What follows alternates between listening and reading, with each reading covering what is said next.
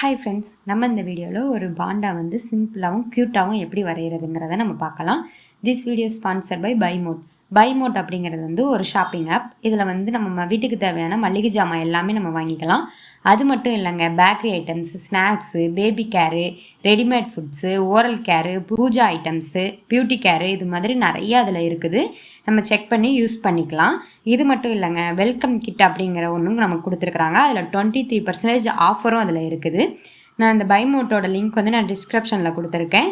Download பண்ணி offer வந்து நீங்கள் யூஸ் பண்ணிக்கோங்க. தேங்க்யூ.